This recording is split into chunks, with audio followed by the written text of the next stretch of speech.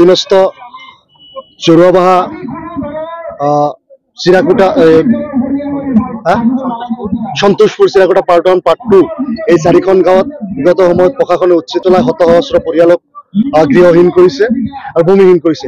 আৰু ইয়াৰ প্ৰতিবাদত সৰ্বভাৰতীয় সংযুক্ত গণতান্ত্ৰিক যুৱ মৰ্চা সমন্বিতে আমছু নেমছু কৃষক মুক্তি ছাত্ৰ মুক্তি ইত্যাদি সংগঠনসমূহৰ আহ্বানত আজি এটা বিৰাট প্ৰতিবাদী সভাৰ ইয়াতে আয়োজন কৰা হৈছে। আৰু প্ৰতিবাদী সভাত AIUDF দলৰ পৰা 8জন বিধায়ক ইয়াতে উপস্থিত হৈছে, অন্যান্য দলৰ নেতৃবৃন্দ ইয়াতে উপস্থিত হৈছে আৰু স্থানীয় ৰাইজে হিলদল ভাঙি ইয়াতে ওলাই আহিছে। আমাৰ দাবী এটাই যে উচ্ছেদৰ পূৰ্বে ভূমিহীন মানুহক সংস্থাপিত কৰিব লাগে বা পুনঃসংস্থাপনৰ ব্যৱস্থা কৰিব লাগে। আৰু এটা দাবী যিসকলক উচ্ছেদ কৰা হৈছে তেওঁলোক যদি ভূমিহীন হয় তেওঁলোকক সংস্থাপনৰ ব্যৱস্থা কৰিব লাগে। আজি আদানীক মাটি কটাবলৈ গৰীব দুখীয়া মানুহক যি ধৰণে গৃহহীন কৰা হ'ল, এই মাটিতে যিসকলৰ জেনেৰেশ্যন বাই জেনেৰেশ্যন মজি গৈছে তেওঁলোকে ভূমিহীন হৈ আছে। আজিৰ দিনতো যি সময়ত তেওঁলোকক ৰেগুলাৰাইজ কৰিব লাগিছিল মাটিৰ পট্টাৰ জৰিয়তে, সেই সময়ত তেওঁলোকক উপহাৰ দিয়া হৈছে উচ্ছেদ। আমি সন্দেহ কৰিছো বা আমি চাই আছো যে কেৱল সংখ্যালঘু হোৱাৰ কাৰণে বাছি বাছি মানুহখিনি উচ্ছেদ কৰা হৈ আছে।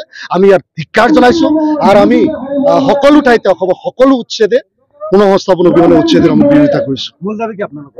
আমাৰ মূল দাবী যে এই ঠাইত যি উচ্ছেদ কৰা হৈছে তেওঁলোকক ভূমিহীন লোকক অনতি বিলম্বে ক্ষতিপূৰণ আৰু পুনঃসংস্থাপনৰ ব্যৱস্থা কৰিব লাগে। আৰু যদি কৰবাত উচ্ছেদ কৰিবলৈ আছে তেনেহ'লে উচ্ছেদৰ পূৰ্বে পুনঃসংস্থাপনৰ ব্যৱস্থা হ'ব লাগে। পাট্টা থকা ভূমিখিনি বেলেগ ঠাইত মাটি দিব গৈছে।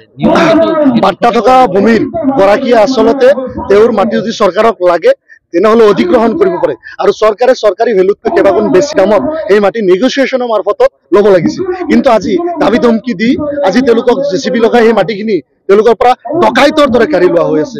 আৰু এতিয়া কোৱা হৈছে তোমালোকে অমুক চৰত যোৱা অমুক জেগাত যোৱা, তাত ল' লাইং এৰিয়াবিলাকক তেওঁলোকক খেতিপতীয়া হৈ আছে আৰু মাত্ৰ 50,000 টকা এটা চেক দি দিয়া হৈছে। এইবিলাক অন্যায়।